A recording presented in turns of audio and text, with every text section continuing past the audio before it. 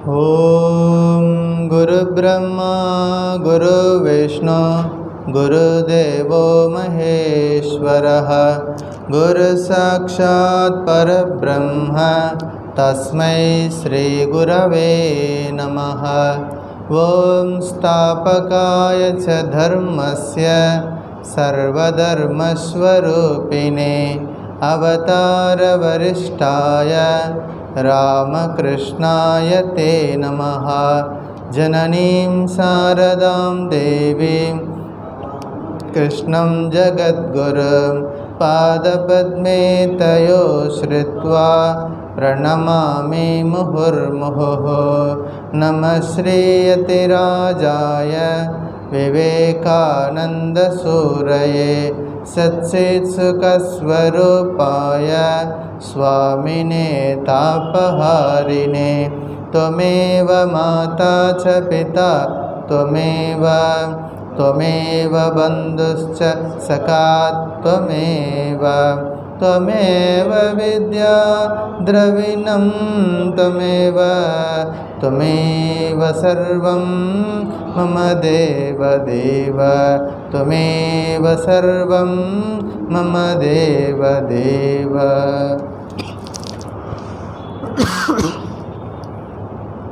ॐ नमो भगवते रामकृष्णाय।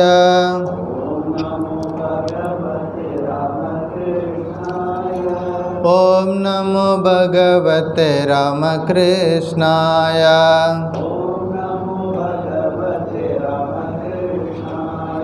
ॐ नमो भगवते रामकृष्णाय।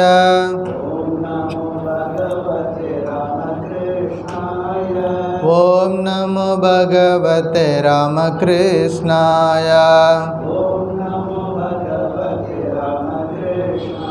ॐ नमो भगवते रामकृष्णाय। ॐ नमो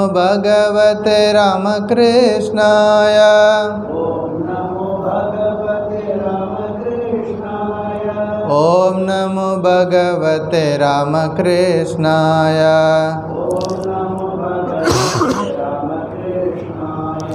ॐ नमो भगवते रामकृष्णाय।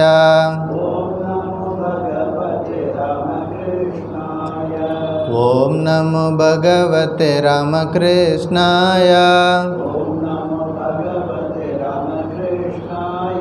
ॐ नमो भगवते रामकृष्णाय। ॐ नमो भगवते रामकृष्णाय। ॐ नमो भगवते रामकृष्णाय। ॐ नमो भगवते रामकृष्णाय। ॐ नमो भगवते रामकृष्णाय। जय रामकृष्ण। शङ्करं शङ्कराचार्यं केशवं बादरायणं सूत्रभाष्यकृतौ वन्दे भगवन्तौ पुनः पुनः। श्रुतिस्मृतिपुराणानाम् आलयं करुणालयं नमामि भगवत्पादं शङ्करं लोकशङ्करम्। பகவான் ஸ்ரீ ராமகிருஷ்ணரின் பரிபூர்ணமான திருவருளால் ஆதிசங்கரரின் சாதன பஞ்சகத்தை தொடர்ந்து படித்து கொண்டு வருகிறோம். வேதோ நித்யமதீயதாம்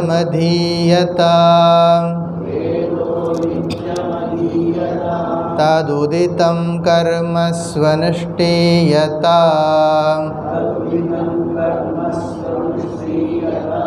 तेने सस्य विधीयताम् अपचितिः।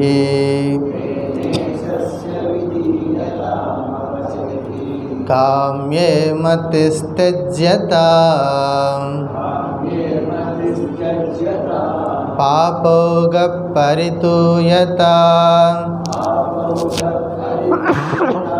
भवसुखे दोषोऽनुसन्धीयताम्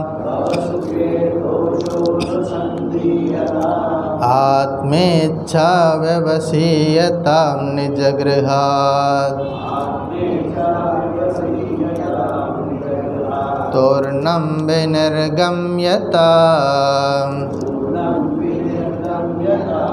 संगत्सत्सु विधीयताम् भगवतो भक्तिर्दृढाधीयताम्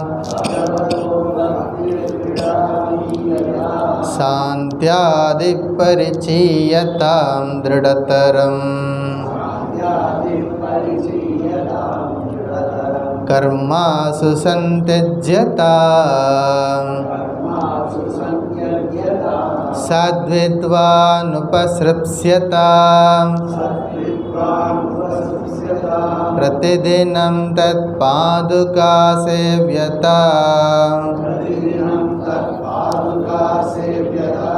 ब्रह्मैकाक्षरमध्यतां श्रुतिशिरः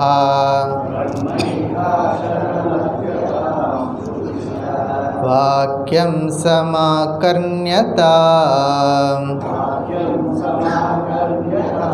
वाक्यार्थश्च विचार्यताम् श्रुतिशिरपक्षः समाश्रीयताम्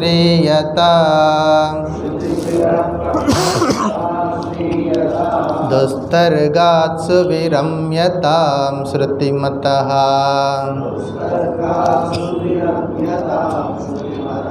तर्कोऽनुसन्धीयताम् ब्रह्मास्मीति विभाव्यताम् अहरः गर्वपरित्यज्यताम् देहेऽहं मतिरुज्यतां बुधजनैः वादपरित्यज्यताम् श्रुत्यादिश्च चिकित्स्यताम् प्रतिदिनं भिक्षौषधं भुज्यताम् स्वात्वन्नं न तु याच्यतां विधिवशात् प्राप्तेन सन्तुष्यताम् शीतोष्णादिविषह्यताम् न तु वृथा वाक्यं समुच्चार्यताम्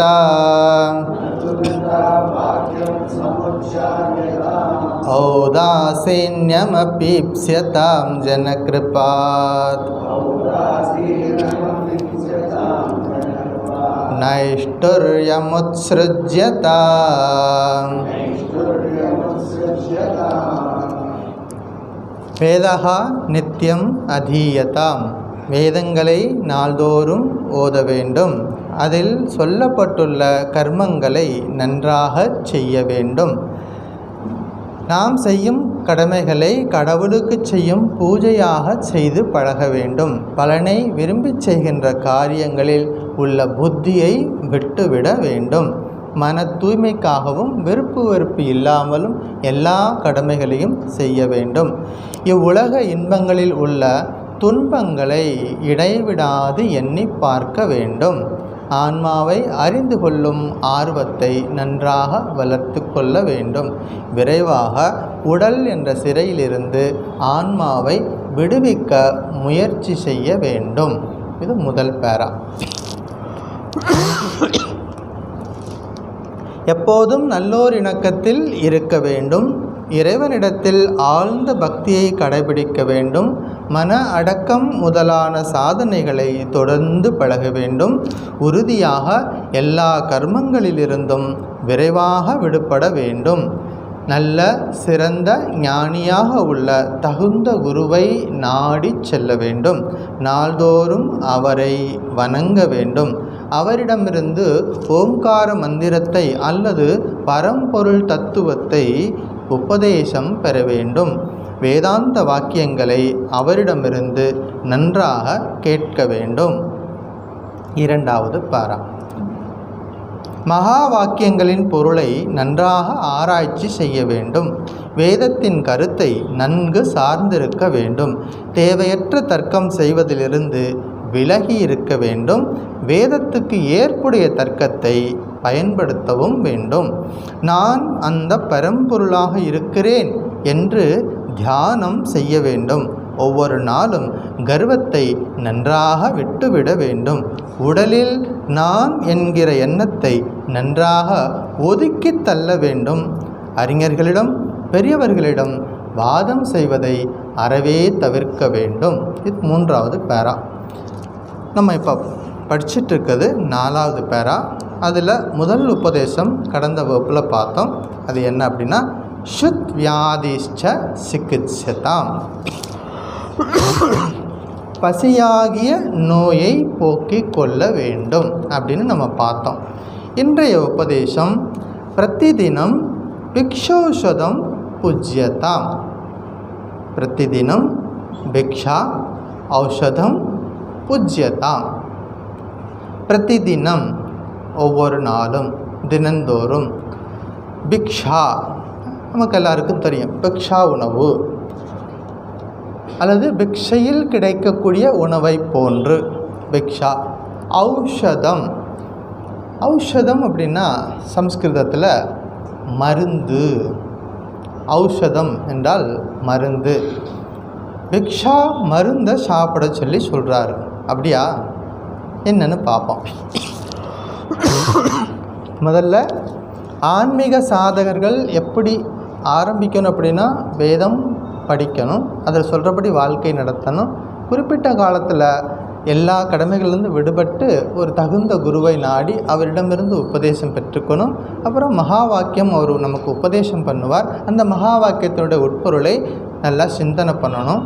அதுக்கப்புறமா துஸ்தர்க்கம் பண்ணக்கூடாது, தர்க்கம் நல்ல தர்க்கம் பண்ணணும், அகம் பிரம்மாஸ்மி அப்படின்னு தியானம் பண்ணணும். இதெல்லாம் நம்ம பார்த்தோம்.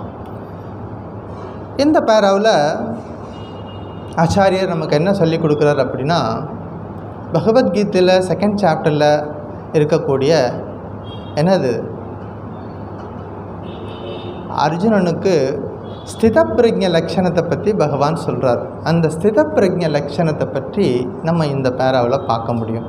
ஸ்திதப்பிரஜ்ஞன்னா அதாவது இறைவனை உணர்ந்தவர், இறைவனில் நிலை பெற்றவருடைய செயல்கள் எப்படி இருக்கும், அவர் எப்படி இருப்பார்னு அர்ஜுனன் கேள்வி கேட்குறார். அதுக்கான பதில் தான் அந்த ஸ்திதப்பிரஜ்ஞ லட்சணம். அது ஒரு 15-17 ஸ்லோகங்கள் இருக்குது 2வது சாப்டரில். அதே கருத்துக்கள் அல்லது அது போன்ற கருத்துக்களை இங்கே நம்ம பார்க்க முடியும். ஸோ இந்த பேராவில் பர்டிகுலராக அந்த கருத்துக்களை திரும்பவும் ஞாபகத்துக்கு கொண்டு வர்றார். அதாவது ஒரு ஆன்மீக சாதகனுக்கு டே டு டே லைஃப்பில் அவர் என்னெல்லாம் ஃபேஸ் பண்ணுறாரு, இதெல்லாம் அவர் எப்படி ஓவர் கம் பண்ணி அவர் ஆன்மீக சாதனைகளை தொடர்ந்து செய்யணும், எப்படி செய்யலாம், அதுக்கு ஒரு வழிமுறையை சொல்லி கொடுக்குறார். பிரதிதினம் பிக்ஷா ஔஷதம் புஜ்யதாம், நாள்தோறும் உணவாகிய மருந்தை உட்கொள்ள வேண்டும். நாள்தோறும் உணவாகிய மருந்தை உட்கொள்ள வேண்டும் அப்படின்னு சொல்கிறார். உணவாகிய மருந்து சாப்பிட்டோம்னா தான் நோய் போகும். என்ன நோய் இருக்குது? பசிங்கிற நோய் ஒன்று இருக்குதுன்னு நம்ம பார்த்தோம் கடந்த வகுப்பில். பசிங்கிற நோயை போக்குறதுக்கு ஒரு மருந்து சாப்பிடணும். போன வாரம் நம்ம என்ன பார்த்தோம், என்ன நோயின்னு கண்டுபிடிச்சான். இப்போ இன்றைக்கி என்ன சொல்லி கொடுக்க போகிறாரு, மருந்து சாப்பிட்றத பற்றி சொல்கிறாரு. பசிங்கிற நோய்க்கு என்ன மருந்து சாப்பிட்றது அப்படிங்கிறத சொல்ல போகிறார். ஸோ உடலுக்கு நோய் வந்துச்சுன்னா நம்ம என்ன பண்ணுவோம், டாக்டர்கிட்ட போவோம், செக் பண்ணுவாங்க, டயக்னாஸ் பண்ணுவாங்க, டெஸ்டெல்லாம் எடுப்பாங்க. எடுத்துகிட்டு என்ன பண்ணுவாங்க, ஒரு மருந்தை ப்ரெஸ்கிரிப்ஷன் கொடுப்பாங்க. மருந்தை வாங்கிட்டு அவங்க சொல்கிற அளவில் சாப்பிடணும் இல்லையா? அது மருந்து கொடுத்துருக்காரு, எனக்கு நாளைக்கே உடம்பு சரியாக போகணும் அப்படின்னு சொல்லிட்டு எல்லா மருந்தையும் வாங்கிட்டு ஒரே ராத்திரியில் இல்லை எல்லா மாத்திரையும் நம்ம சாப்பிட முடியாது. அப்படி சாப்பிடவும் கூடாது. அதுக்கு ஒரு அளவு முறை கொடுக்குறாங்க. இத்தனை டேப்லெட் சாப்பிடணும், சாப்பாட்டுக்கு முன்னாடி இத்தனை, சாப்பாட்டுக்கு அப்புறமா இத்தனை, இதில் நீதிகள்லாம் சொல்லி கொடுக்குறாங்க. அது மாதிரி பிக்ஷா உணவை மருந்து மாதிரி சாப்பிடணும். யார்? ஆன்மீக சாதகன். அங்கே தான் குழப்பிக்கக்கூடாது. நீங்கள் ஆன்மீக சாதகர்கள் உணவு விஷயத்தில் எப்படி ஜாக்கிரதையாக இருக்கணும்? ஒருத்தர் ஆன்மீக சாதனை இருக்கிறவர் அவர் உணவு விஷயத்தில் எப்படியெல்லாம் கட்டுப்பாடுகளோடு இருக்கணும் அப்படிங்கிறதுக்கு ஒரு உதாரணம் இங்கே பார்க்குறோம். இதையே தான் வள்ளுவர் ஒரு குறளில் சொல்லியிருக்கார், மாறுபாடு இல்லாத உண்டி மறுத்து உண்ணின் ஊறுபாடு இல்லை உயிருக்கு அப்படின்னு ஒரு குறள் இருக்குது. மாறுபாடு இல்லாத உண்டி மறுத்து உண்ணின் ஊறுபாடு இல்லை உயிருக்கு. அதாவது நமக்கு ரொம்ப பிடிச்ச உணவாக இருக்கும். சில பேருக்கு ஜாங்கிரினா பிடிக்கும், சில பேருக்கு ஹல்வானா பிடிக்கும், சில பேருக்கு ஏதாவது நம்ம பிடிச்ச உணவாக இருக்கும். அப்போ பிடிச்ச உணவாக இருந்தால் என்ன பண்ணிவிடுவோம்? நிறையா சாப்பிட்டுடுவோம். ஏன்னா நமக்கு பிடிச்ச உணவு இருக்கு இல்லையா, அதனால் நிறையா சாப்பிடுவோம். பிடிச்ச உணவாக இருந்தாலும் சத்தான உணவாக இருந்தாலும் என்ன பண்ணணும்? அளவோடு சாப்பிடணும். உடம்புக்கு எவ்வளவு தேவை, அந்த ரொம்ப முக்கியமானது நீடுக்கும் வாண்ட்டுக்கும் பெரிய வித்தியாசம் இருக்குது. நீடுனா ரொம்ப அவசியமானது. இப்போ நீடு அப்போ மூச்சு விடுறது நீடு. ஆனால் எனக்கு 2 ஷர்ட்டு போதும் அப்படின்னா அது ஒரு இயல்பு. நான் ஒரு 50 ஷர்ட்டு வச்சுக்கிட்டேன் அப்படின்னா அது வாண்ட்டு. எனக்கு இது வேணும்னு சொல்லிட்டு நம்ம தேவைகளை அதிகப்படுத்திக்கிட்டே போகிறது. நீடு அப்படிங்கிறது ரொம்ப ரொம்ப முக்கியமானது. இது இல்லைன்னா உயிரே வாழ முடியாது அப்படிங்கிறது நீடு. இப்போ எவ்வளவு தேவையோ அவ்வளவு வச்சுக்கிறது அப்படின்னு பார்க்குறோம். அப்போ பிடிச்ச உணவாக இருந்தாலும் சத்தான உணவாக இருந்தாலும் எவ்வளவு தேவையோ தேவை அறிந்து அவ்வளவுதான் உணவு உண்ணணும். அப்படி சாப்பிட்றவங்களுக்கு நோய் வராது அப்படின்னு யார் சொல்லியிருக்காரு? வள்ளுவர் சொல்லியிருக்கார். நோய் வராது, நோய்க்கான மருந்தும் சாப்பிட வேண்டிய அவசியம் இல்லை. ஏன்னா அவர் உணவையே மருந்து போல சாப்பிட்றார் அப்படின்னு அர்த்தம். உணவே அப்படியே மருந்து போல். மருந்து நம்ம நிறையா சாப்பிட முடியாது, ஒரு குறைவான அளவு தான் எடுத்துக்க முடியும். அது மாதிரி எவ்வளவு தேவை அறிந்து, இப்போ ஒவ்வொருத்தருடைய தேவை என்பது வித்தியாசப்படும். ஒருத்தருக்கு ஒரு குறிப்பிட்ட அளவு ஒருத்தருக்கு போதும் அப்படின்னா அது இன்னொருத்தருக்கு அதே மாதிரி அளவு நம்ம சொல்லக்கூடாது. ஏன்னா அவருக்கு வேறு மாதிரி, அவருடைய செரிமான சக்தி வேறு மாதிரி இருக்கும். அவரவர் தேவை அறிந்து எவ்வளவு தேவையோ அந்த அளவுக்கு சாப்பிட்டா போதும் அப்படின்னு சொல்கிறாங்க. அதாவது பிடித்த உணவாக இருந்தாலும் சத்தான உணவாக இருந்தாலும் அளவு மாறாமல் அளவோடு உண்டால் உயிர் உடம்பில் வாழ்வதற்கு இடையூறான நோய் என்பது இல்லை. அதாவது நிறைய சாப்பிடக்கூடாது, பீமசேனை மாதிரி சாப்பிடக்கூடாது, பகாசுரம் மாதிரி சாப்பிடக்கூடாது அப்படின்னு சொல்லுவாங்க. குழந்தைகளுக்கு சொல்லும் பொழுது இந்த ஒரு கதைகள்லாம் சொல்லுவாங்க. முன்னாடி பகாசுரன் ஒருத்தர் இருந்தான். இந்த பகாசுரனை பற்றி கேள்விப்பட்டிருப்பீங்க. இவன் 2 இடத்துல வர்றான். இது ஒரே பேரில் பகாசுரன் அப்படின்னு சொல்லிட்டு பாகவதத்தில் ஒரு பகாசுரன் இருக்கான். இதே பகாசுரன் மகாபாரதத்துலேயும் இருக்கான். நம்ம பார்க்க போகிறது மகாபாரதத்தில் வரக்கூடிய பகாசுரன். இந்த பகாசுரன் என்ன பண்ணுவான்? எல்லாம் வேணுங்கிறதெல்லாம் சாப்பிடுவான். அவனை பற்றி நம்ம பார்க்க போகிறோம். மகாபாரதத்தில் பஞ்ச பாண்டவர்கள் எத்தனை பேர் இருந்தாங்க? 5 பேர். கௌரவர்கள் எத்தனை பேர் இருந்தாங்க? கேட்டுக்க, அதெல்லாம் தெரிஞ்சு வச்சுக்கணும், அப்பப்போ குழப்பிக்கக்கூடாது. கௌரவர்கள் 100 பேர், பாண்டவர்கள் 5 பேர். நம்ம அந்த மகாபாரத கதைக்குள்ளெல்லாம் போக வேண்டாம். அந்த கதையில் இவங்க நல்லவங்க, அவங்க தீயவர்கள், இந்த அளவுக்கு புரிஞ்சுக்குவோம். இப்போ துரியோதனன் முதலான அவங்களும் என்ன பண்ணுறாங்க? எப்படியாவது இந்த பாண்டவர்களை காட்டுக்கு அனுப்புன்னு சொல்லி காட்டுக்கு அனுப்பியாச்சு. காட்டுக்குள்ளே இருந்தாலும் கூட இன்னும் அவங்களுக்கு கோபம் போகலை. காட்டுக்குள்ளேயே வச்சு இவங்களை எல்லாத்தையும் தீர்த்து கட்டிடலாம் அப்படின்னு என்ன பண்ணுறாரு? ஒரு மாளிகை கட்ட சொல்கிறார். யார்? துரியோதனன். அந்த மாளிகை கட்ட சொல்லி இவங்க எல்லாரையும் அந்த மாளிகைக்குள்ளே உள்ளே போக சொல்லி மாளிகைக்கு நெருப்பு வச்சிடலாம். அதுக்கு பேர் அரக்கு மாளிகைன்னு நம்ம படிச்சிருப்போம் மகாபாரத கதையில். அந்த அரக்கு மாளிகைகளை வச்சு எல்லாரையும் தீ வச்சு கொளுத்திடலான்னு ஒரு ஐடியா பண்ணுறார். அதுக்கான ஏற்பாடுகள் அந்த காட்டுக்குள்ளே நடந்துகிட்ருக்கு. இவங்களும் காட்டுக்குள்ளே போகிறாங்க. இந்த செய்தியை அங்கே இருந்த அமைச்சர் விதுரருக்கு இந்த செய்தியை கேட்டுட்டார். அப்படியே மனசு உடைஞ்சு போயிட்டார்.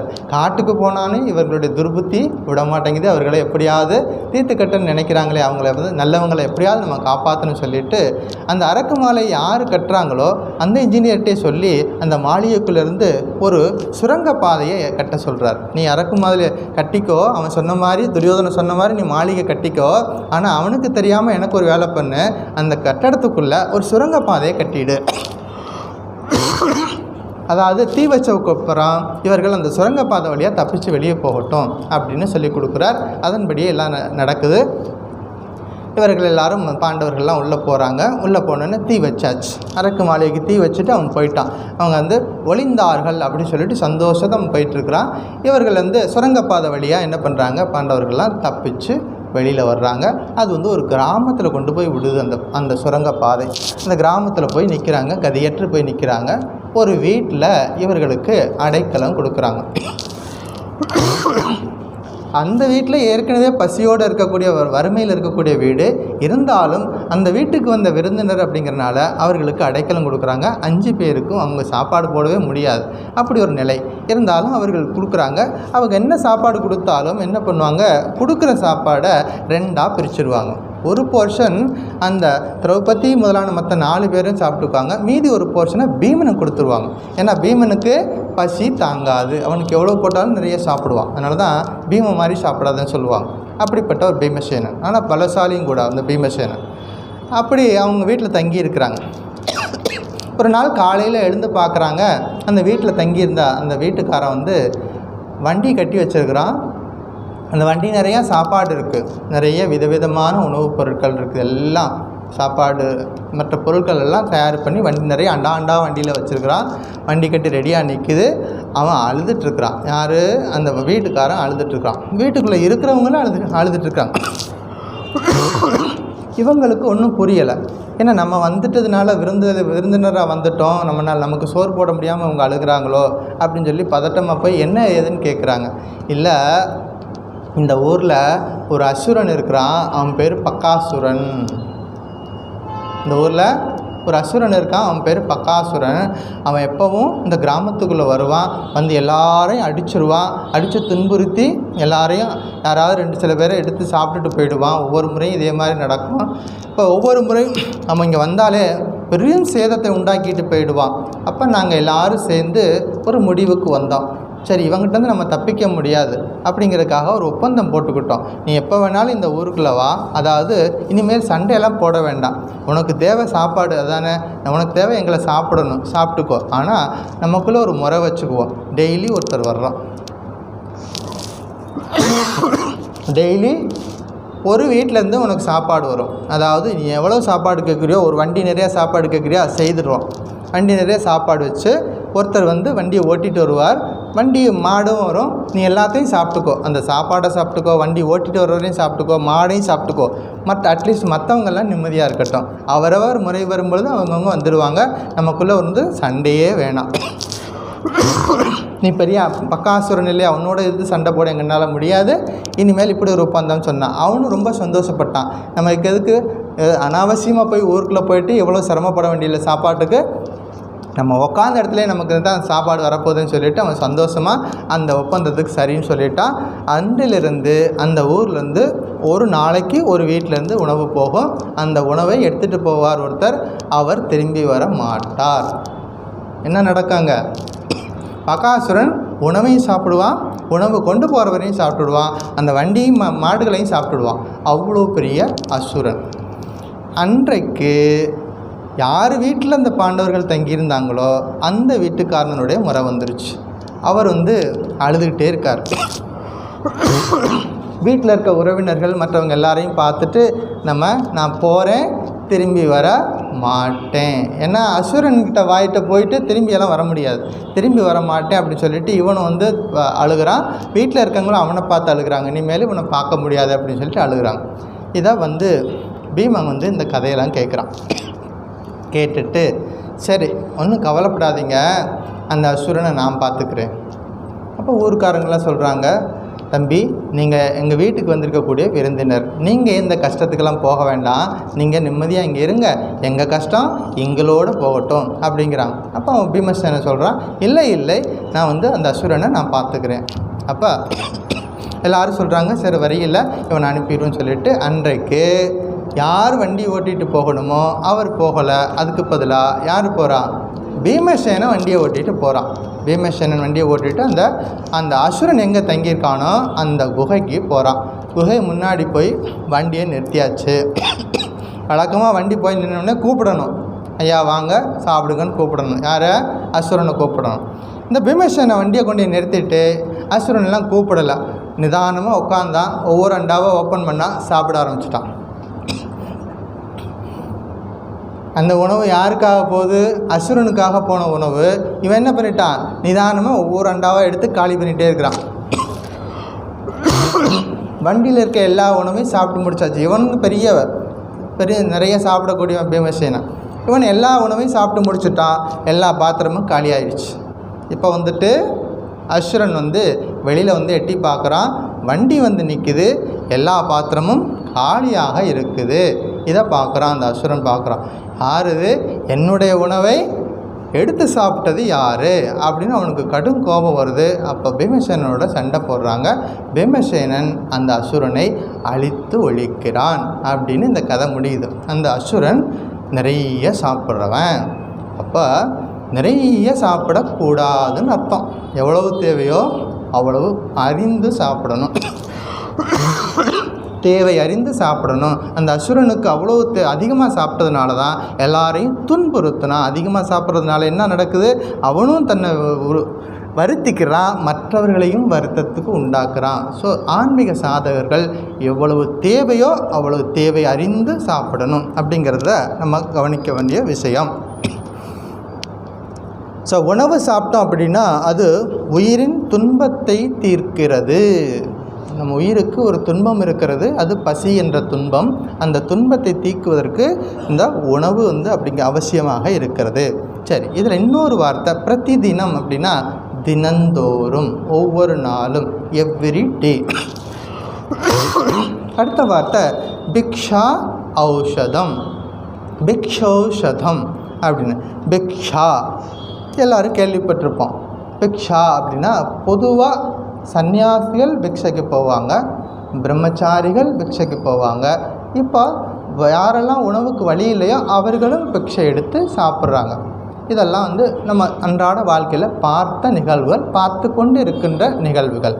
ஸோ பிக்ஷை யாருக்கு எடுப்பாங்க அப்படின்னா ஆன்மீக சாதகர்கள், பிரம்மச்சாரிகளாக இருக்கிறவர்கள், சன்னியாசிகள் பிக்ஷை எடுப்பாங்க. பிக்ஷை எடுத்து தான் சாப்பிடணும். பிக்ஷை எடுக்கும் பொழுது என்ன நடக்குது அப்படின்னா சரீர அபிமானம் போய்விடும். நான் என்ற உடம்பு, அதனால தான் நமக்கு அவ்வளோ பிரச்சனைகள்லாம் வருது. நான் இந்த உடம்புங்கிறதுனால தான், இந்த உடம்பை பற்றி யாராவது ஒருத்தர் ஏதாவது ஒரு நெகட்டிவாக சொல்லிட்டா உடனே நம்ம ரியாக்ட் பண்ணுறோம், கடும் கோபம் வருது அந்த யாரை நம்மளை பற்றி சொன்னாரோ. இப்போ உடம்பு அப்படிங்கிறத நிலையை கடந்து போகணுங்கிறதுக்கு, இந்த சரீர அபிமானத்துக்கு கடந்து போகிறதுக்கு இந்த பிக்ஷ உணவு ரொம்பவும் உதவிகரமாக இருக்கும். அப்படிங்கிறதுக்காகத்தான் காலம் காலமாக இந்த நீதி பின்பற்றப்பட்டு வருகிறது. ஒரு நாள் ரமண மகரிஷி ஆசிரமத்தில் நடந்த நிகழ்ச்சி. ரமண மகரிஷி நம்ம எல்லாருக்கும் தெரியும். அவர் திருவண்ணாமலையில் தவம் செய்து கொண்டிருந்தவர். மக்கள் யாருக்கும் தெரியாமல் குகைக்குள்ளே பல வருஷங்கள் தவம் பண்ணிட்டு இருந்தார். அந்த தவத்தின் ஆற்றலால் அவர் வெளி உலகத்துக்கு தெரிய வருகிறார். அப்புறமா அவருக்கு கூட்டிகிட்டு ஒரு ஆசிரமம் ஆரம்பிக்கிறாங்க. அந்த ஆசிரமத்தில் இப்போ இன்றைக்கி பெரிய ஒரு ஆசிரமமாக வந்திருக்குது. நிறைய சேவைகள்லாம் பண்ணிகிட்ருக்காங்க. அவர் இருக்கும் பொழுது ஒரு நாள் என்னாச்சு, அவருடைய சீடர்கள் வெளியில் போய் பிக்ஷைக்கு போகணும். வெளியில் போய் வீடுகளில் போயிட்டு பிக்ஷை எடுத்து கொண்டு வரணும். அது சீடர்களுடைய முக்கியமான வேலை. வெளியில் போயிட்டு வீடுகளில் போய் பிக்ஷை வாங்கிட்டு வரணும். வாங்கிட்டு குருநாதர் கையில் கொடுக்கணும். கொடுத்துட்டு அவரிடமிருந்து பிரசாதமாக வாங்கி சாப்பிடணும். இதுதான் நேதி. இப்போ அதே மாதிரி என்ன பண்ணுவாங்க, வீடுகளில் போயிட்டு பிக்ஷை எடுக்க போகிறாங்க. ஒரு வீட்டில் சாதம் கொடுத்துருப்பாங்க, ஒரு வீட்டில் ஒரு கறிகாய் கொடுத்துருப்பாங்க, ஒரு வீட்டில் வேறு ஏதாவது இனிப்புகள் கொடுத்துருப்பாங்க. எல்லாத்தையும் ஒன்றா போட்டு தான் கொண்டு வருவார்.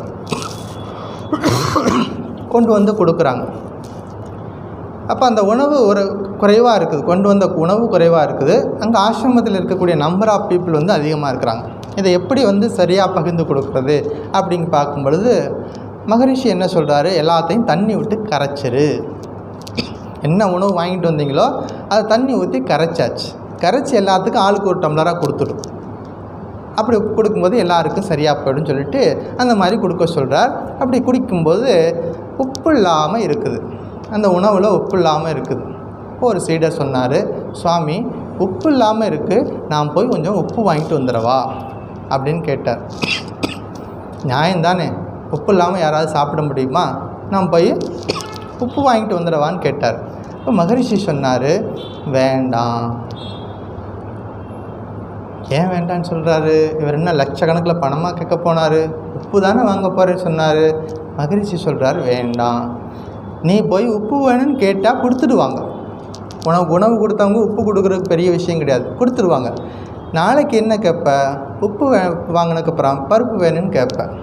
அடுத்த நாள் என்ன கேட்பேன்? இன்னும் கொஞ்சம் சுவையான உணவுக்கு வேணும்னு கேட்பேன். அப்படி போய்கிட்டே இருந்ததுன்னா ஒரு முடிவே இல்லாமல் போயிடும். அதனால் என்ன கிடைச்சதோ அதில் திருப்தி கொள்ளு. என்ன கிடைச்சதோ இறைவன் அருளால் இன்றைக்கு என்ன உணவு வந்துச்சோ அதை நிம்மதியாக சாப்பிட்டுட்டு ஆன்மீக சாதனைகளை பண்ணுங்க. பகவான் ஸ்ரீ ராமகிருஷ்ணனுடைய வாழ்க்கையில் பாருங்கள், இது நல்லா டீப்பாக படித்தவங்களுக்கு தெரியும். ஸ்ரீராமகிருஷ்ணர் அவருடைய 16 சீடர்களில் ஒருத்தர் சுவாமி பிரேமானந்தர். அவர் இரவில் வந்து அன்னை சாரதா தேவிக்கு ஒரு உத்தரவு போட்டிருக்கார். இந்த சீடருக்கு இவ்வளோ உணவு கொடுக்கணும், இந்த சீடருக்கு இத்தனை சப்பாத்தி கொடுக்கணும்னு சொல்லிட்டு ஒரு கட்டளை போட்டிருக்கார். ஏன்னா ஆன்மீக சாதகர்கள் குறைந்த அளவு சாப்பிடணும், அதிக நேரம் தியானம் போன்ற மெடிடேஷன் போன்ற சாதனைகளை பழகணும். அப்போ அதிகமாக சாப்பிட்டாச்சுன்னா என்ன ஆகும்? மலைப்பாம்பு மாதிரி நெளிஞ்சிட்டு இருக்கணும். அப்புறம் எங்கே போய் சாதனை பண்ணுறது? அதனால் குறைவாக சாப்பிடணும். ஆனால் சாரதா அம்மா வந்து சப்பாத்தி வைக்கிறாங்க. யாருக்கு? பிரேமானந்தருக்கு. சாப்பிட்றாரு, நல்லா இருக்குது, டேஸ்ட்டாக இருக்குது. இன்னும் அப்படியே இப்போ அம்மா முகத்தை பார்க்குறாரு, புரிஞ்சுக்கிட்டாங்க சாரதா அம்மா. இன்னும் 2 போடுறாங்க. அதையும் சாப்பிட்டு முடிச்சுட்டு பார்க்குறாங்க. அம்மா முகத்தை பார்த்துட்டே இருக்கிறாரு. தாயினுடைய உள்ளம் அந்த கணக்கெல்லாம் பார்க்காது, இத்தனை தான் போடணும் அந்த கணக்கெல்லாம் அந்த தாய்க்கு பிடிக்காது. குழந்தை வந்து சந்தோஷமாக சாப்பிட்ற வரைக்கும் கொடுத்துக்கிட்டே இருப்பாங்க. இப்போ அவர் எவ்வளோ சாப்பிட்றாரோ அவ்வளோ சப்பாத்தி கொடுத்துட்டாங்க. அடுத்த நாள் நியூஸு போயிடுச்சு ஸ்ரீராமகிருஷ்ணருக்கு. என்னாச்சு?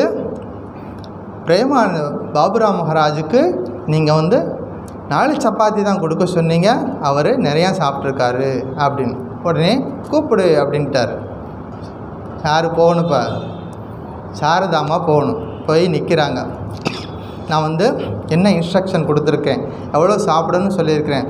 அப்போ அவர் சொல்கிறாங்க, எதுக்கு நீ அதிகமாக உணவு கொடுத்து இவர்களுடைய ஆன்மீக வாழ்க்கையை எதுக்கு நீ வந்து அவங்க வாழ்க்கைக்கு எதுக்கு தடையாக இருக்கிற அப்படின்னு கேட்குறாரு.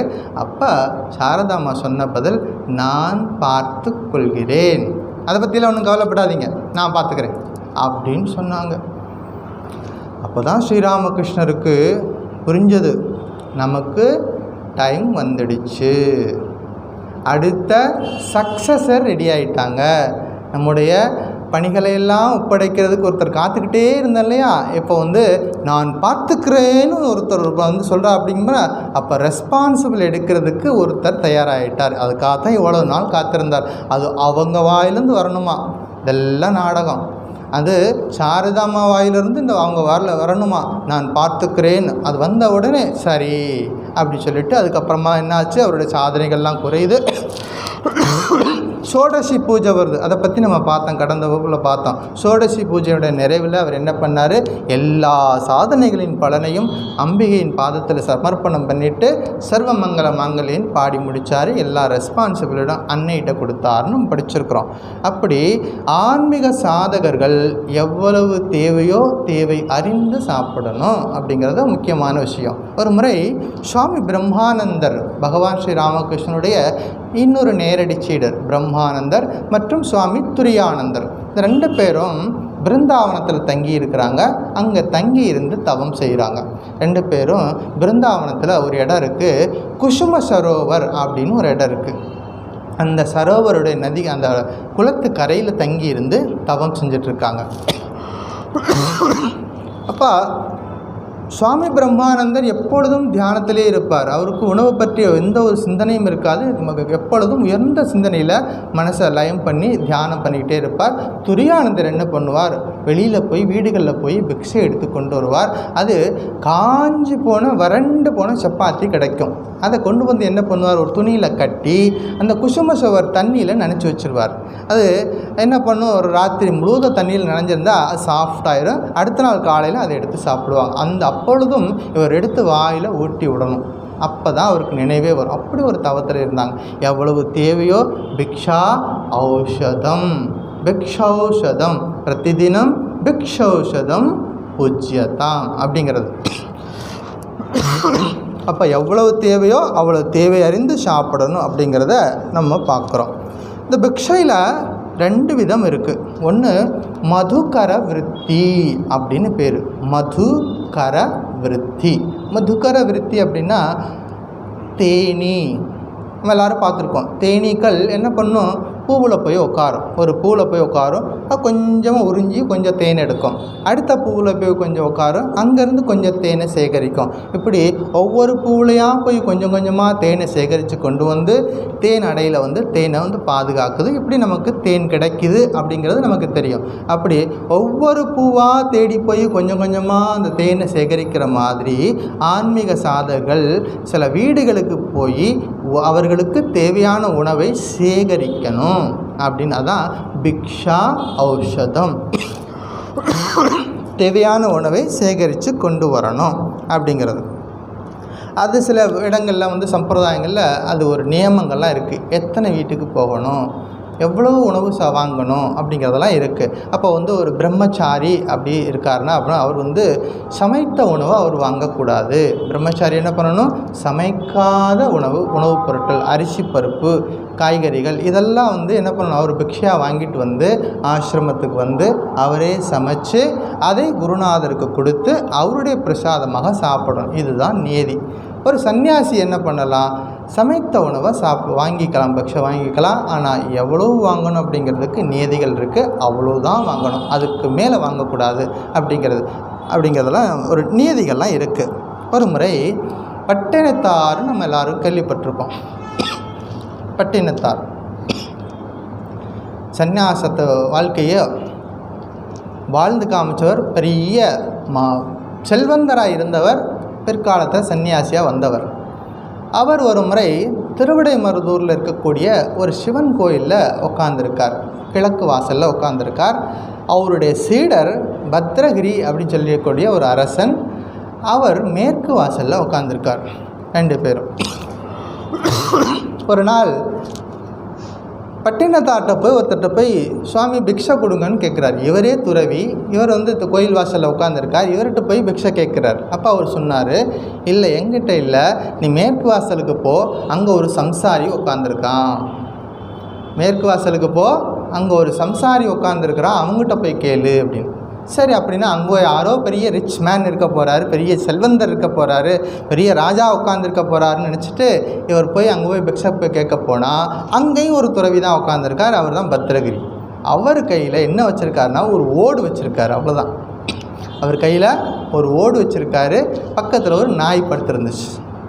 இவர் போயிட்டு இந்த கிழக்கு வாசலுக்கு போயிருந்தேன், அங்கே பட்டினத்தார்னு ஒருத்தர் இருந்தார். அவர் மேற்கு வாசலில் வந்து உங்களை பார்க்க சொன்னார். என்னென்னு பார்க்க சொன்னார், மேற்கு வாசலில் ஒரு கிரகஸ்தன் இருக்கான், ஒரு சம்சாரி இருக்கான், அவனை போய் பாருன்னு சொன்னார். அப்போ தான் இவருக்கு புரிஞ்சது, என்னது என்னுடைய குருநாதர் என்னை பார்த்து இப்படி சொல்லிட்டாரா, அப்போ நான் என்கிட்ட ஏதோ பெரிய உடைமைகளை வச்சுருக்கனால தான் இப்படி சொல்லியிருக்காரு. அப்போ பார்க்குறவர்கிட்ட என்ன உடைமை இருந்தது, ஒரு பிக்ஷை பாத்திரம் இருந்தது. இதை வச்சுட்டு தானே அப்படி சொல்லிக்கிறாருன்னு சொல்லிட்டு என்ன பண்ணுறாரு, அந்த பாத்திரத்தை தூக்கி எறிகிறார். இது இருக்கிறனால தானே அப்படி சொல்லியிருக்காருன்னு சொல்லிட்டு தூக்கி எறிகிறார். அந்த பாத்திரம் போய் அந்த நாய் மேலே விழுகுது. அந்த நாய் இறந்து போகுது. இந்த நாய் எப்படி வந்துச்சுன்னா, அவர் எங்கேயாவது பிக்ஷைக்கு போவார், கொஞ்சம் ஏதாவது மிச்சம் இருக்கும், அதை போடுவார். அப்படி சாப்பிட்டு பழகினோடனே அந்த நாயை வந்து ரெகுலராக அவர் பக்கத்தில் வந்து உட்கார ஆரம்பிச்சிச்சு.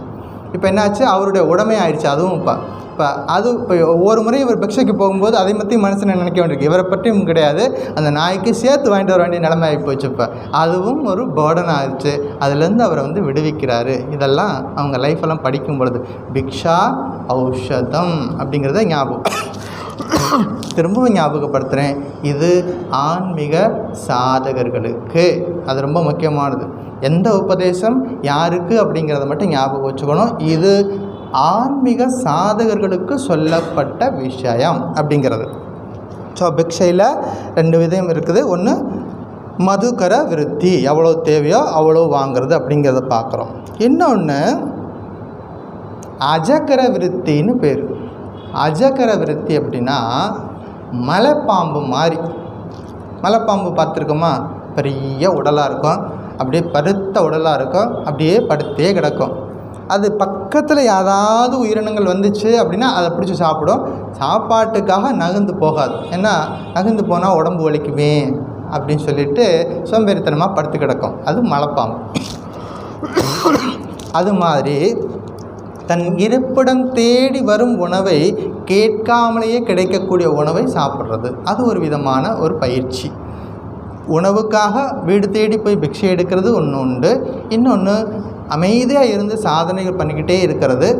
இறைவன் திருவருளால் எந்த உணவு தேடி வருதோ அதை மட்டும் ஏற்றுக்கொண்டு சாதனைகளை தொடர்வது அப்படிக்கு பேர். அதுக்கு பேர் அஜகர விருத்தி அப்படின்னு பேர். மலைப்பாம்பு மாதிரி ஒரே இடத்துல இருந்து கிடைச்ச உணவை சாப்பிட்டுட்டு இருக்கணும் அப்படிங்கிறது. ஒரு சின்னதாக ஒரு குட்டி கதை. ஒரு விறகு வெட்டி இருந்தான்.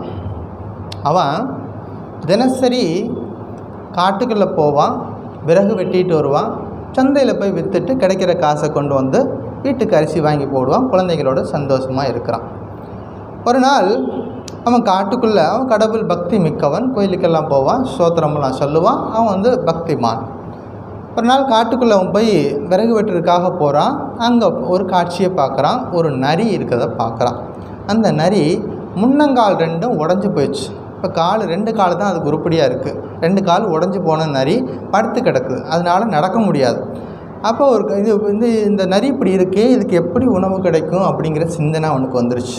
இந்த நரிக்கு எப்படி சாப்பாடு கிடைக்கும்? இதுவும் நடந்து போக முடியாது, இதுக்கு எப்படி சாப்பாடு கிடைக்கும் அப்படின்னு நினச்சிக்கிட்டு ஓரமாக உட்காந்துருக்கிறான்.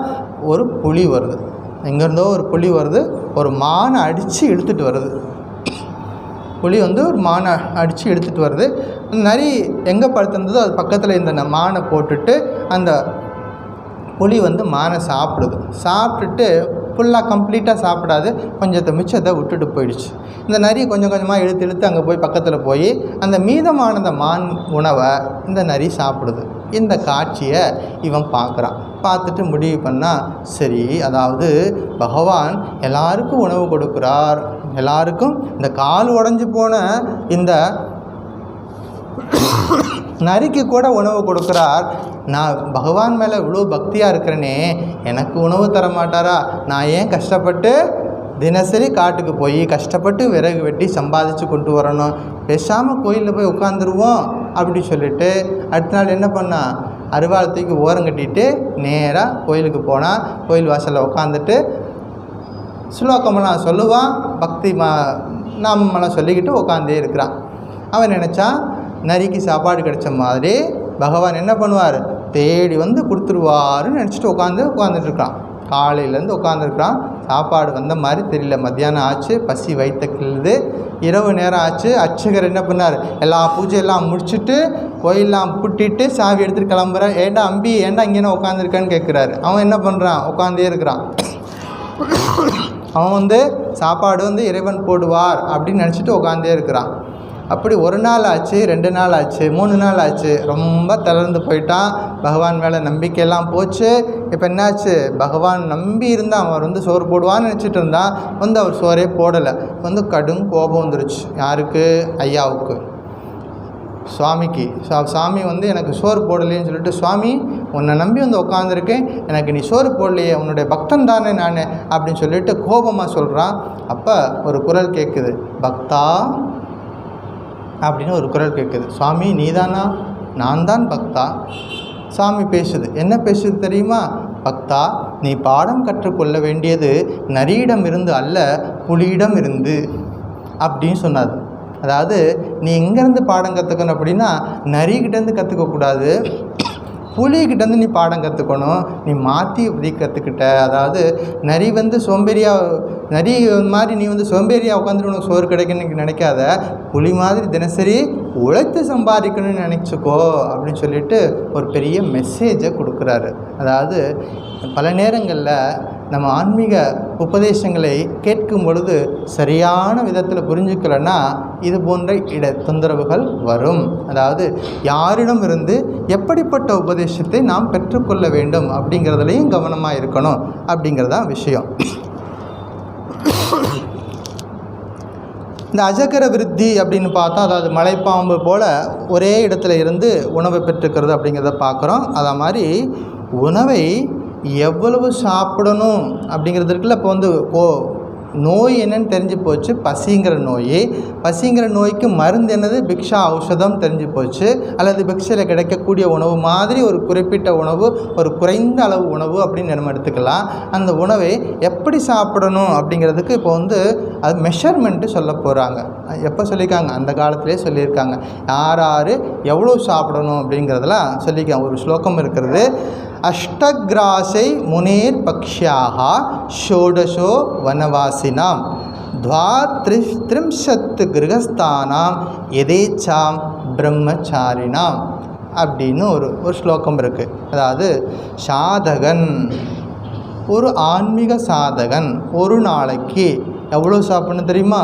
8 கவலம் உணவு. 8 கவலம் உணவு ஒரு நாளைக்கு. ஒரு வேளைக்கு இல்லை, ஒரு நாளைக்கு. 8 கவலம். ஒரு கவலம் என்றால் நம்முடைய வாயில் எவ்வளவு உணவு வச்சா சிரமமில்லாமல் சாப்பிடுவோமோ அதுக்கு பேர் ஒரு கவலம். கையில் எடுக்கிறது கிடையாது. நம்ம வாய்க்குள்ளே வச்சுருப்போம்ல ஒரு போர்ஷன் உணவு, அந்த உணவு சிரமம் இல்லாமல் சாப்பிடணும். ஃப்ரீயாக அந்த எளிமையாக எப்படி சாப்பிடணுமோ அந்த எளிமையாக சாப்பிட்றதுக்கு எவ்வளோ உணவு எடுத்து வைப்பான், இப்படி கையில் எடுத்து எவ்வளோ வைப்போமோ அதுதான் ஒரு கவல உணவு. அது மாதிரி ஒரு சாதகன் எவ்வளோ சாப்பிடணும்? 8 கவலம். தலை சுற்றுதில்ல, தெரிஞ்சு வச்சுக்குவோம். அதெல்லாம் இருக்குதுன்னு தெரிஞ்சு வச்சுக்குவோம். யாராவது எவ்வளோ முடியுமோ செய்யலாம். 8 கவலம். அப்புறம் வானப்பிரசன் வந்து அதாவது 50+ அப்படி போகிற பொழுது அந்த காலத்தில் 3வது ஆசிரமத்துக்கு வர்றாங்க. பிரம்மச்சரியம், கிரகஸ்தம், வானப்பிரஸ்தம். வானப்பிரஸ்த ஆசிரமத்தில் இருக்கக்கூடியவங்க கம்ப்ளீட்டாக அந்த ஃபேமிலியில் இருக்கக்கூடிய டைஅப்லேருந்து விலகி இருக்கிறாங்க. முழுவதும் இறைவனை சரணடைஞ்சிருக்கிறாங்க. அவர்கள் எவ்வளோ சாப்பிடணும் அப்படின்னா 16 கவலம். அகெயின் ஒரு நாளைக்கு 16 கவலம். இல்லறத்தில் இருப்பவர்கள் 32 கவலம். 32 கவல உணவு. பிரம்மச்சாரிக்கு எவ்வளவு தேவையோ அங்கே வந்து அளவு சொல்லலை. பிரம்மச்சாரிக்கு அவருக்கு எவ்வளவு தேவையோ அவ்வளவு சாப்பிட்டா போதும் அப்படின்னு சொல்லியாச்சு. இதை பார்த்து நம்ம கேட்டு பயந்துக்க வேண்டியதில்லை, ஜஸ்ட்டு தெரிஞ்சுக்கலாம். அதாவது உணவினுடைய முக்கியத்துவத்தை சொல்கிறாங்க, உணவினுடைய தேவை அறிந்து சாப்பிடணுங்கிறத சொல்லி கொடுக்குறாங்க. எகெயின் இது ஆன்மீக சாதகர்களுக்கு ரொம்ப ஞாபகம் வச்சுக்கணும், குழப்பிக்கக்கூடாது. யார் தீவிரமான ஆன்மீக சாதனை பண்ணுறாங்களோ, யார் தீவிரமாக இறைவனை அடையணுங்கிற ஒரு மன ஏக்கத்தோடு இருக்கிறார்களோ அவர்களுக்கு சொல்லப்பட்டது அப்படிங்கிறத நல்லா ஞாபகம் வச்சுக்கணும். இப்போ சாதகர்கள் உணவு விஷயத்தில் கண்டிப்பாக அவர்கள் எவ்வளோ தேவை அறிந்து சாப்பிடணும் அப்படிங்கிறத புரிஞ்சுக்கணும். According to Shankara, hunger is a chronic disease of the body. சங்கராவுடைய வியூப்படி என்ன பார்க்குறோம்? உணவு, அந்த பசிங்கிறது வந்து ஒரு நோய். அந்த நோய்க்கு மருந்தை பற்றி சொல்கிறாரு. மருந்து எப்படி இருக்கணும்? Food is to be taken as a medicine. பிக்ஷௌஷதம். எவ்வளோ சேர்க்கணும்? மெடிஷன் மாதிரி சாப்பிடணும். And not for enjoyment but for relief from the pains of hunger. எவ்வளோ என்ஜாய்மெண்ட்டுக்கு நம்ம பிடிச்சிருக்குது அப்படிங்கிறக்காக சாப்பிடக்கூடாது, பசியை தீர்த்து கொள்வதற்காக உணவை போல் அந்த சாப்பிடணும். Don't plan your dinner. என்ன சொல்கிறாரு?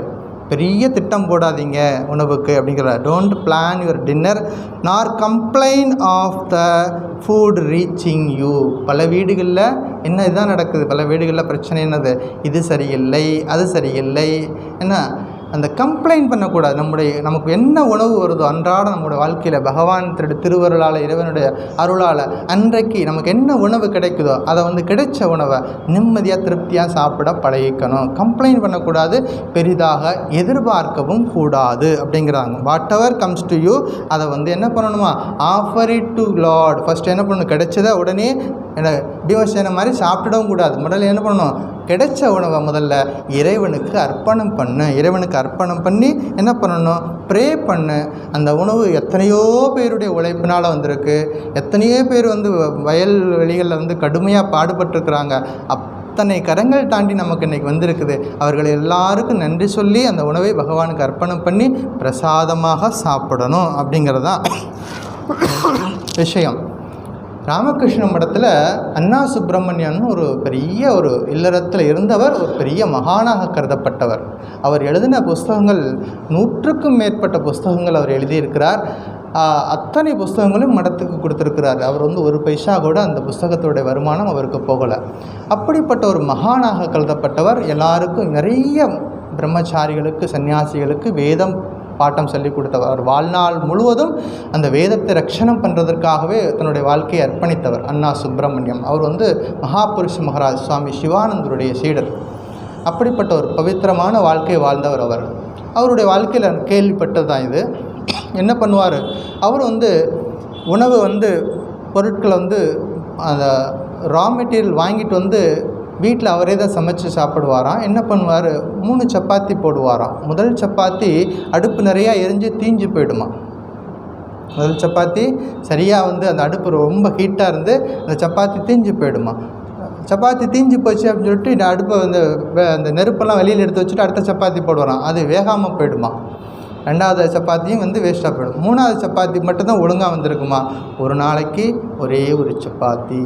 இதெல்லாம் கேள்விப்பட்டது தான். பட் எப்படி வாழ்ந்திருக்கிறார்கள் அப்படிங்கிறதான் புரிஞ்சுக்கணும். அதுக்குள்ளே அந்த என்ன கருத்து நம்ம தெரிஞ்சுக்கணும் அப்படின்னா, எவ்வளவு நிஷ்டையோடு அந்த வேத ரட்சணத்தை பண்ணியிருக்கிறாங்க, எவ்வளவு எளிமையான வாழ்க்கையை வாழ்ந்திருக்கிறாங்க, எளிய உள்ளத்தோடு வாழ்ந்திருக்கிறாங்க, சிந்தனையை உயர்ந்த சிந்தனையை வச்சுருந்துருக்கிறாங்கங்கிறதான் நம்ம புரிஞ்சுக்க வேண்டிய விஷயங்கள். அவங்க வாழ்க்கையில் இல்லறத்தில் இருந்திருந்தாலும் கூட மனசை பரிபூர்ணமாக பகவான்கிட்ட வச்சு வாழ்ந்ததுனால தான் இன்றும் நம்ம அவரை பற்றி பேசிகிட்ருக்குறோம். இது போல் நம்ம வாழ்க்கையும் அப்படி வரணும், அதுக்காக நம்மளை தயார்படுத்திக்கணும் அப்படிங்கிறதான். இங்கே யாரையும் பயமுறுத்துறதுக்காக ஆதிசங்கர் இதெல்லாம் சொல்லலை.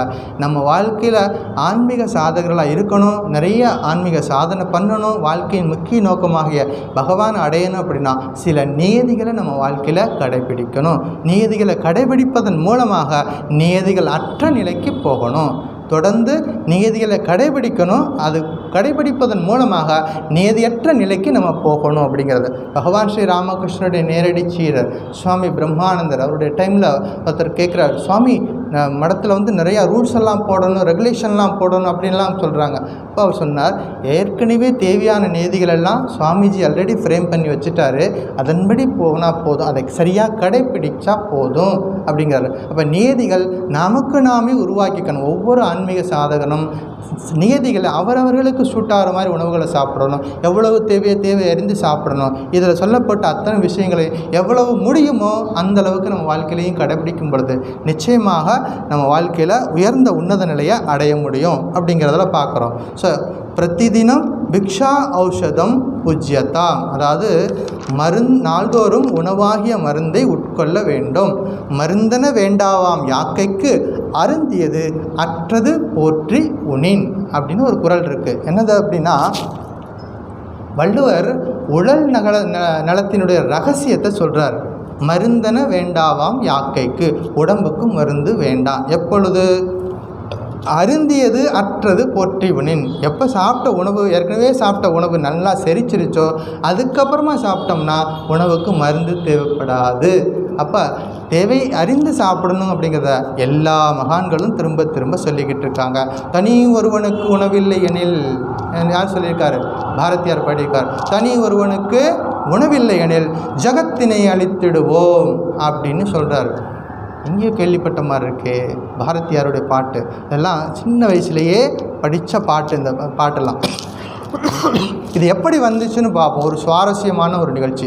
இந்த உணவை பற்றி நம்ம படிச்சுட்ருக்குறோம். இது ஏன் எந்த சூழ்நிலையில் பாரதியார் இதை பாடினார் அப்படிங்கிறத பார்க்க போகிறோம் இன்றைக்கி. அப்படின்னா, நீலகண்டன் ஒருத்தர். அவர் 1889 வருஷம் சீர்காழிக்கு பக்கத்தில் ஒரு கிராமத்தில் அவர் பிறக்கிறார். அந்த ஊருக்கு பேர் எருக்கூர்னு பேர். அவர் பேர் நீலகண்டன். அம்மா அப்பா பேர் சுப்பு, தாயி சிவராமகிருஷ்ணன். இந்த நீலகண்டன் சிறு வயதிலேயே அப்போ பிரிட்டிஷாருடைய ஆட்சி நடந்துகிட்ருக்குது, கொடுங்கோன்மை ஆட்சி. அப்போ நாட்டினுடைய விடுதலைக்காக சின்ன வயசுலேயே தேச விடுதலைக்காக தன்னை இணைச்சிக்கிறாரு. சுதேச பொருட்களை வாங்கணும்னு சொல்லி எல்லாருக்கும் அறிவுறுத்துகிறாரு. சுதேச மூமெண்ட்டுக்காக தன்னுடைய வாழ்க்கையை அர்ப்பணிக்கிறாரு. அப்படி வர்றவர் நீலகண்டன். இப்படி சுதேச மூமெண்ட்டில் இருக்கிறாரு. இவர் நாட்டில் எல்லாரையும் ஒருங்கிணைக்கிறான்னு தெரிஞ்சவொடனே இவரை கைது பண்ண வர்றாங்கன்னு தெரிஞ்சுது. அப்புறம் என்ன பண்ணுறாரு, பேரில் கொஞ்சம் சேஞ்ச் பண்ணிக்கிறாரு. என்ன பண்ணிக்கிறாரு, நீலகண்ட பிரம்மச்சாரி அப்படின்னு வச்சுக்கிறார். அப்படி வச்சுட்டு கொஞ்ச நாளைக்கு ஓட்டுறாரு. அப்போ என்ன, ஒரு டைவர்ஷன் கொடுக்குறாரு போலீஸுக்கு. அப்போ இந்த மாதிரி பண்ணிகிட்டு இருக்காரு. அப்போ ஒரு பெரிய மூமெண்ட் அந்த காலத்திலே ஏற்படுத்துகிறார். 20,000 பேரை திரட்டி என்ன பண்ணுறார், ஒரு பெரிய சுதேச மூமெண்ட்டுக்கெல்லாம் ஏற்பாடு பண்ணுறார். இவருடைய வாழ்க்கையை பார்த்து பல பேர் முன்மாதிரியாக வச்சுட்டு சுதந்திர போராட்டத்துக்கு வர்றாங்க. வாவேசு ஐயர், அப்புறம் வாஞ்சிநாதன், இப்படியெல்லாம் பக்தர்கள்லாம் வர்றாங்க. அப்புறம் நம்ம பார்த்தோம் வாஞ்சிநாதனுடைய லைஃப்பில் என்ன நடக்குது. அவர் ஒரு கலெக்டரை சுட்டுக்கொள்கிறார். அதுக்காக அவரை கைது பண்ணும்பொழுது இந்த நீலகண்ட பிரம்மச்சாரியை தான் முதல் ஆளாக போட்டு கைது பண்ணுறாங்க. என்ன அப்படின்னா, இவருக்கு அதுக்கு சில நாட்களுக்கு முன்னாடி இவர்கிட்ட பேசினாராம். யார், நீலகண்ட பிரம்மச்சாரி அந்த வாஞ்சிநாதன்கிட்ட பேசினாராம். அதனால இவர் பிடிச்சிக்கிட்டாங்க. முதல் குற்றவாளியை பிடிச்சி போட்டாங்க. இவர் கொண்டு ஜெயிலில் போட்டாச்சு. இந்தியாவில் பல இடங்களில் ஜெயிலில் வைக்கிறாங்க. பாகிஸ்தானில் சில இடங்களில் ஜெயிலில் வைக்கிறாங்க. மியான்மரில் கொண்டு போய் வைக்கிறாங்க. கிட்டத்தட்ட 10 வருஷங்களுக்கு மேலாக ஜெயிலே இருக்கிறார். ரொம்ப நாள் கழித்து அவர் அவரை விடுதலை பண்ணுறாங்க. விடுதலை பண்ணால் அப்படியே போயிட்டு அவன் இதே பட்டிப்பாமல் இருந்துருவான்னு நினச்சி அனுப்புகிறாங்க. வந்த உடனேயே 100 மடங்கு அதிகமாக வேலை பண்ணுறாரு. எதுக்காக, சுதந்திரத்துக்காக வேலை பண்ணுறாரு. திரும்பவும் அந்த சுதந்திரத்து வேட்கையில் என்ன பண்ணுறாரு, மக்களிடையே பிரச்சாரத்தை பண்ணுறார். சுதேச பொருட்களை வாங்கணுங்கிறதெல்லாம் சொல்லி கொடுத்துட்டே இருக்கிறார். இதெல்லாம் பார்த்துக்கிட்டே இருக்கிறாங்க. சாப்பாடு கிடையாது, எங்கே தங்கிறது அதுவும் கிடையாது. வீடை விட்டு வெளியே ரொம்ப வருஷம் ஆச்சு. அங்கே இருக்கான்னு தெரியாது, வீட்டுக்கு போக முடியாது, உணவுக்கு வழி கிடையாது. என்ன பண்ணுவார், பல நாட்கள் பசியோடு கிடக்கிறார். ராத்திரி நேரத்தில் யாருக்கும் தெரியாமல் போவார். போயிட்டு ராப்பிச்சை வந்திருக்கேன், எனக்கு உணவு கொடுங்கன்னு கேட்பாராம். எவ்வளவு கஷ்டப்பட்டு இந்த சுதந்திரம் வாங்கி கொடுத்துருக்காங்க பாருங்கள். ராப்பிச்சை வந்திருக்கேன், எனக்கு உணவு கொடுங்கன்னு சொல்லிட்டு வீடுகளில் போய் கையேந்தி நிற்பாராம். பல நாட்கள் அதுவும் கிடைக்காது. எப்படி வறுமையில் இருக்கிறார். கடைசியாக அவர் முடிவு பண்ணுறார், போயிட்டு நம்முடைய நண்பன் இருக்கானே பாரதி, அவனை போய் பார்க்கலாம் அப்படின்னு சொல்லிட்டு சென்னைக்கு வர்றார். யார், நீலகண்ட பிரம்மச்சாரி சென்னைக்கு வர்றார். சென்னையில் அவர் எங்கே இருக்கார், திருவல்லிக்கேணியில் பாரதியார் இருக்கார். எப்படியோ அவருடைய இருக்கிற இடத்த தேடி கண்டுபிடிச்சி போயிட்டு பாரதியை போய் பார்க்குறார்.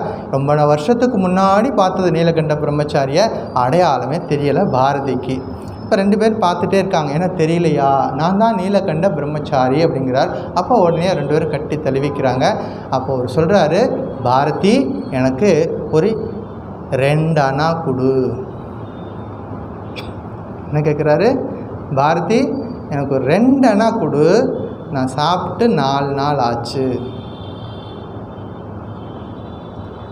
அப்போ பாரதியார் பார்க்குறாரு, இவ்வளவு கஷ்டமா, சுதந்திரத்துக்காக பாடுபடுறியா அப்படின்னு சொல்லிட்டு முதல்ல கூப்பிட்டுட்டு போயிட்டு உணவு கொடுக்குறார்.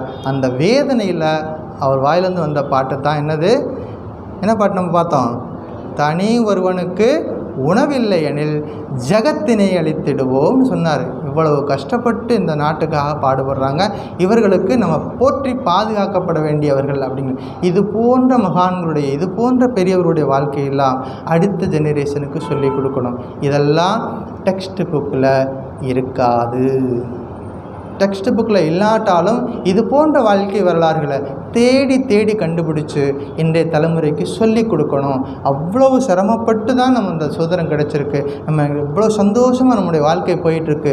இதுக்கு பின்னாடி இத்தனை தியாகங்கள் இருந்திருக்கிறது அப்படிங்கிறதெல்லாம் அவர்களுக்கு சொல்லி கொடுக்கணும். அப்படிப்பட்ட பாரதியார் கூட இருக்கிறார். கொஞ்ச நாள்லேயே பாரதியார் இறந்து போகிறார். அவருக்கு அந்த கடைசி காரியம் பண்ணும் பொழுது 4 பேர் சேர்ந்து தூக்கிட்டு போகணும் இல்லையா, அதில் ஒருத்தராக இவர் இருக்கார். தூக்கிட்டு போயிட்டு இந்த பாரதியாருக்கு வேண்டிய அந்த காரியமெல்லாம் பண்ணுறார். அதுக்கப்புறமா இந்த எங்கேயாவது வனத்துக்கு போயிடலாம் அப்படின்னு சொல்லிட்டு தேசாந்திரமாக போகிறார்.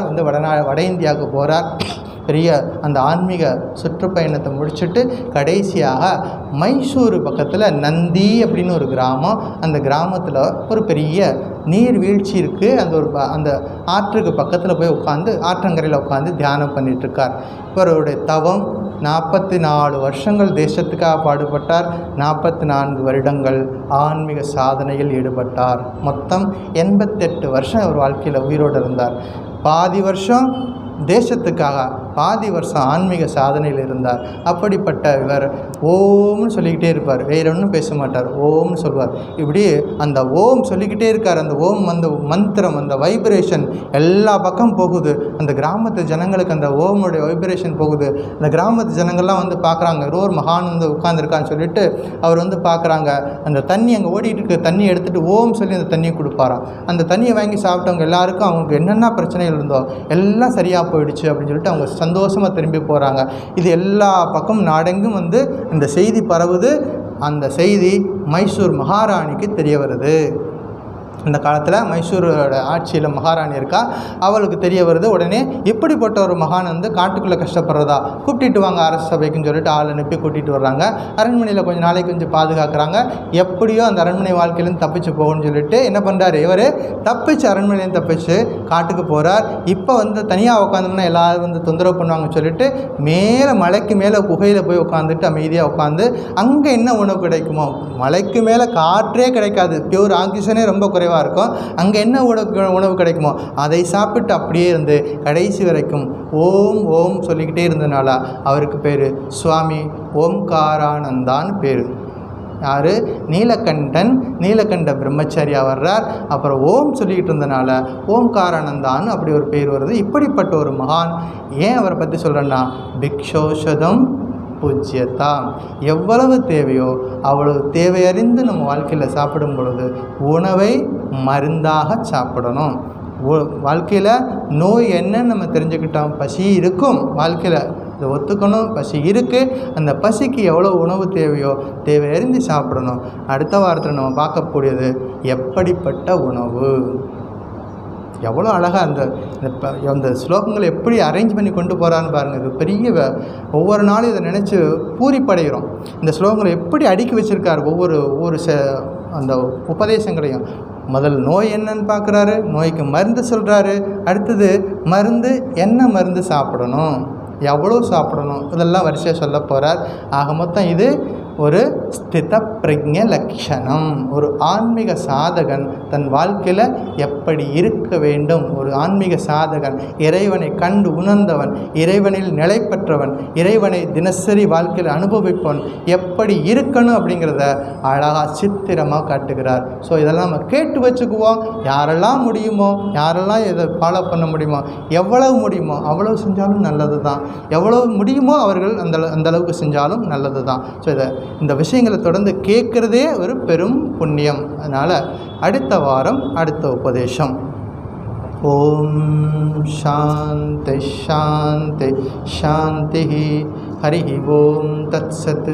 ஸ்ரீராமகிருஷ்ணார்ப்பணமஸ்து.